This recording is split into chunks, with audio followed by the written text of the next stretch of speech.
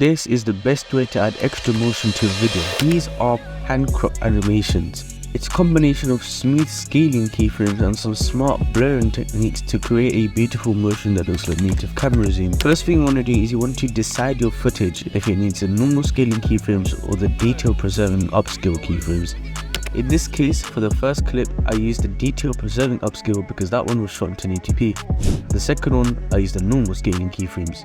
Find a mark on your clip where you want the zoom to start and you want to lay your first keyframe there. Go a couple of frames forward and then zoom in or out respectively. If you want to zoom in, then the value of your first keyframe must be lower than the value of your second keyframe. If you want to zoom out, you do the opposite. Make sure your first keyframe value is higher than your second keyframe value. Once that's done, select both of your keyframes and hit F9 to easy ease them.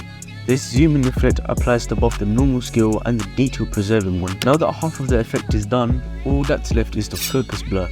To do that, there's two ways to create the blur effect. The first one is paid by using the Z blur effect from the Boris effects Sapphire plugins. Drag and drop the Z blur effect and go to the first zoom keyframe. Set the focal depth to 1 and then go to the last zoom point on your footage.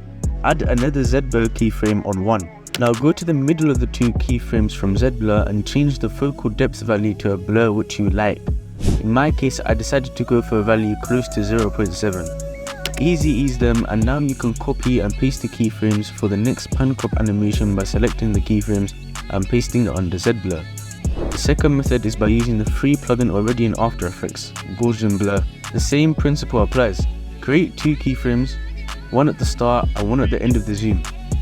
Both must be a blur value of 0. Then go to the middle of the zoom and start to blur the footage to your liking. Here I decided to go for a blur of around 30. Easy is the keyframes and voila, your pan crop animation effect is now done. Here is a quick before and after, and you can see the extra motion added into the footage. If you guys thought you learned something, make sure to tag me on my Instagram at ZariMedia. Peace.